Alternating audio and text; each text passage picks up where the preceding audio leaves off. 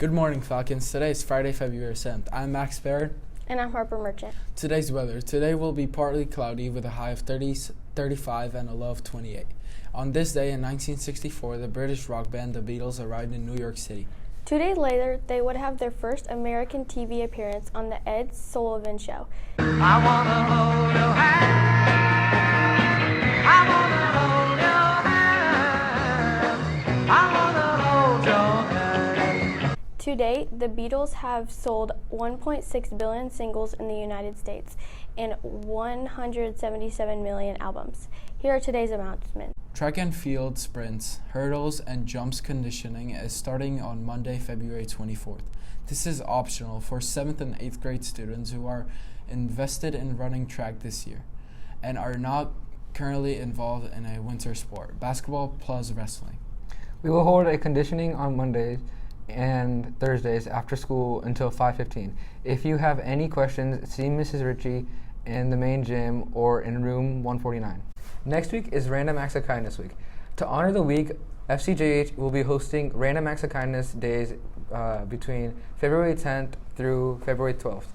Spread joy and positivity with a simple act of kindness. Join the Random Act of Kindness campaign and make someone's day a little brighter. If you get caught being kind by a staff member, you will receive a kindness raffle ticket. There will be a live raffle drawing for prizes during SOAR on Friday 12th. Show off your school spirit next week, February 12th through the 14th. Student Council is having 3 Spirit Days. Wednesday, February 12th is PJ Day. Thursday, February 13th is Dress to Impress Day. Friday, February 14th is Valentine's Day. Wear your pink and red. Student Council will be selling Valentine's Day flowers during lunch through February 12th and February 14th. Flowers will be $2 each. All sales will benefit Riley's Children's Hospital.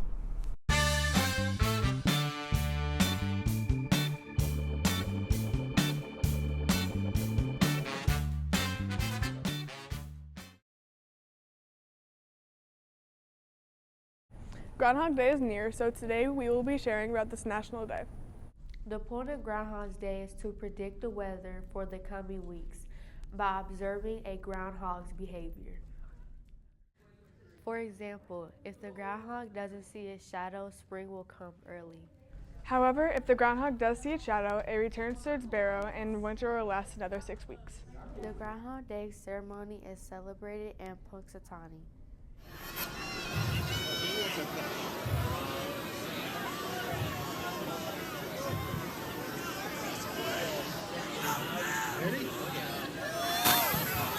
It's Punxsutawney Phil!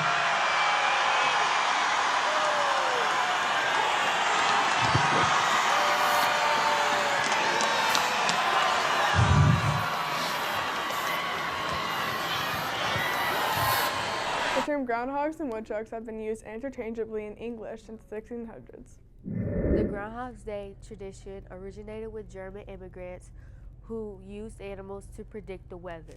Groundhogs are large members of the squirrel family and can weigh up to 15 pounds. It's possible that the original Groundhog Day involved actually eating a groundhog. According to lore, Punxsutawney Phil has been predicting weather since 1887. Groundhog's Day enter a deep sleep in October and don't wake up till early spring. Some states, including Georgia, North Carolina, and Alabama, use their own groundhog to predict the weather. They can grow up to 25 inches long and can live for 20 years in captivity. Groundhogs spend the winter hibernating in their burrows, significantly reducing their metabolic rate and body temperatures. Punxsutawney Phil's full name is Punxsutawney Phil, seer of seers, sages of sages, procrastinator of procrastinator, and weather prohibit extraordinary. When they're out and about, the bristly rodents eat succulent plants, wild berries, and insects. Nowadays, the yearly festivities in Punxsutawney are presided over by a band of local dignitaries known as the Inner Circle.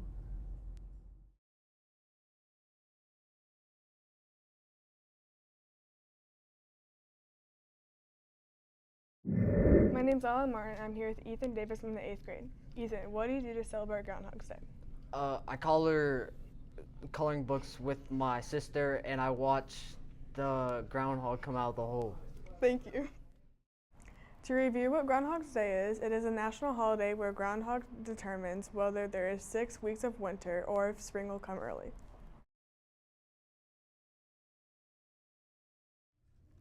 Thanks for watching, Falcons. If you're attending the Watch the DC trip, reminder, you must attend the pre-trip meeting either Monday, February 10th or Tuesday, February 11th in the FCJH cafeteria from 7 to 8 p.m. You and your family can either come either night. It's a mandatory meeting for all traveling 8th graders so that you can find out information about your flights, bus groups, roommates, supplies, and more. See you then. Attention all athletes interested in participating in track and field this year. We'll have an informational parent meeting on Thursday, February 27th at 5:30 in the library. Even if you are in a winter sport, but you know you'd like to join the track team, please have your parents attend this meeting. If your parents can't make it, have them email Coach Richie or Coach Zeno.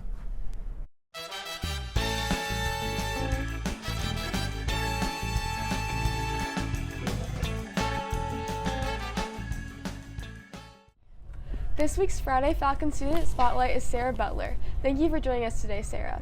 Sarah is a part of a group of youth volunteers at Conner Prairie. How and when did you get started volunteering? I started volunteering at Conner Prairie when I was 11. I applied one time when I was 10. I didn't get in the first time, but then I applied again and I got in when I was 11. Got you.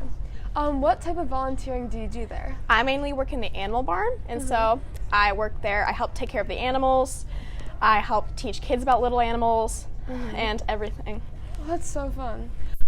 What type of time commitment is volunteering at Conner Prairie? So you need at least 120 hours a year to be able to stay in the program.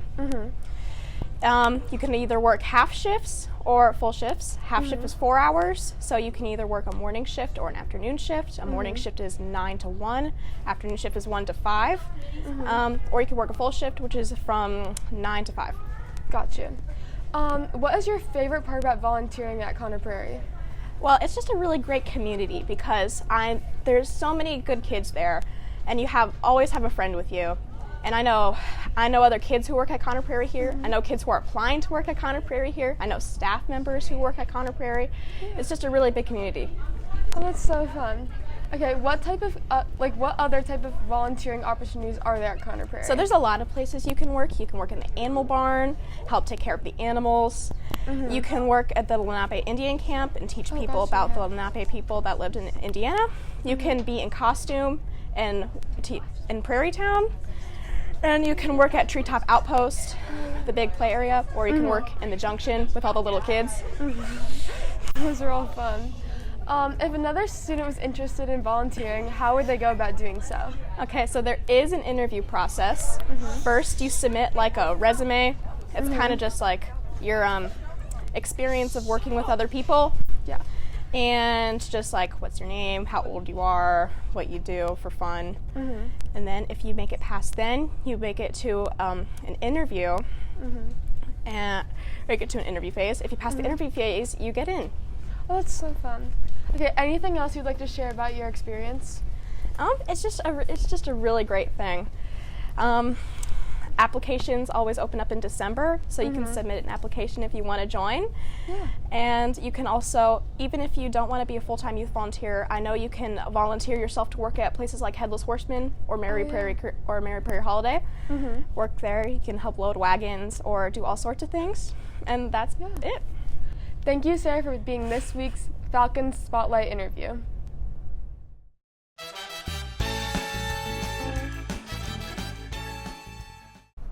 Thanks for tuning in, Falcons. Remember to be safe, optimistic, accountable, and respectful. Have a great day.